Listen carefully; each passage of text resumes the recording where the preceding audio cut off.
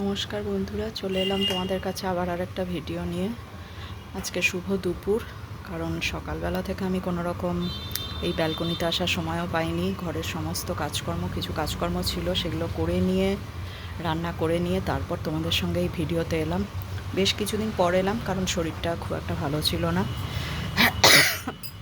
তো দেখতেই পাচ্ছ আমার তুলসী গাছ, আর এই গাছটাতে অনেক ফুল হয়েছিল, কিন্তু আমি তোমাদের সঙ্গে শেয়ার করতে পারিনি।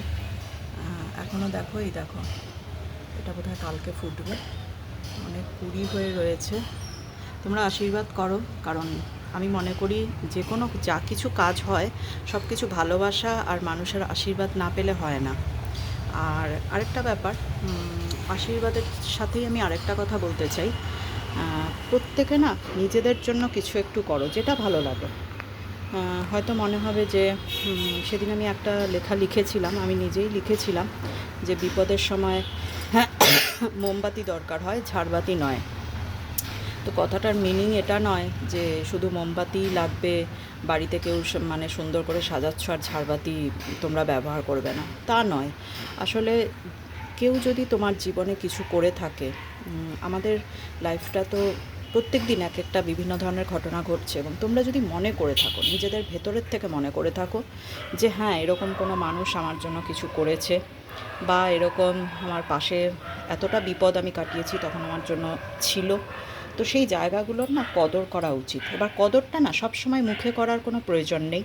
তোমার কাজ, তোমার অ্যাক্টিভিটিস, কারণ সবসময় যে তুমি কদর করার জায়গাটা পাবে বা স্কোপ পাবে এমনও কোনো ব্যাপার নেই। হয়তো মেবি তোমার উপকার করে সে অনেক দূরে চলে গেছে, এটা হতেই পারে, ঠিক আছে। কিন্তু তুমি তোমার কাজে কর্মে বিভিন্ন জায়গা দিয়ে সেটা কিন্তু করা যেতেই পারে। সেই জায়গাটা কিন্তু আমি বলে দেবো না যে সেটা তুমি কিভাবে জানান দেবে, বাট জানান দেওয়া যেতেই পারে।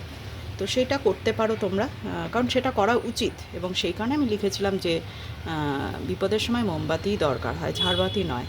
এটার মিনিং এটা নয় যে প্রত্যেকে নিজের পার্সোনাল লাইফের সঙ্গে জড়িয়ে ফেলবে। বিকজ আমি যখন লেখালেখি করি তখন আমি রাত্রিবেলা নিজের একান্তে বসে লেখালেখি করি, বিকজ হোল টাইমে আমার পক্ষে সম্ভব নয়। যখন আমার ঘরের লোকজন থাকে বা আমার মেয়ে থাকে, তখন আমি কোনো চিন্তাভাবনা করে কোনো কিছু লিখবো। তো আমি খুব মাইন্ড ঠান্ডা করে, আমাদের পার্সোনাল লাইফ নিয়েই এগুলো লেখা, আমাদের ব্যক্তিগত যে লাইফটা চলে সেটা নিয়েই লেখা।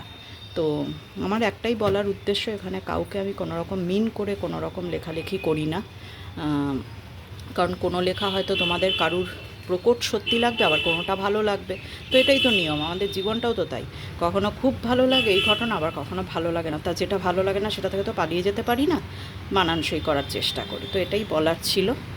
ঠিক আছে, এবার দেখো আমার লঙ্কা গাছে কিন্তু ফুল এসছে, সবই তোমাদের আশীর্বাদে। আবারও বলবো, সবই তোমাদের আশীর্বাদে সব কিছু হচ্ছে। তোমাদের ভালোবাসা না পেলে এইগুলো আমার মানে এই ছোট্ট ব্যালকনির মধ্যে করা সম্ভব ছিল না। আরেকটা জিনিস এক্ষুনি দেখাবো, একটু দেখো।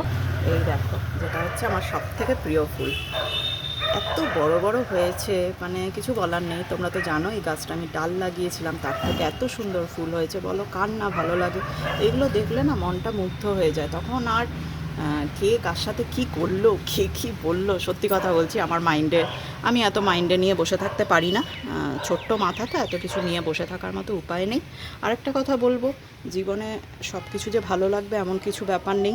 আমি একটা এথিক্স মেনে চলি, সেটা হচ্ছে আমি ক্রিটিসাইজ করা বেশি একটা পছন্দ করি না, এবং ক্রিটিসাইজ যারা করে আমি তাদের থেকেও একটুখানি দূরে থাকি।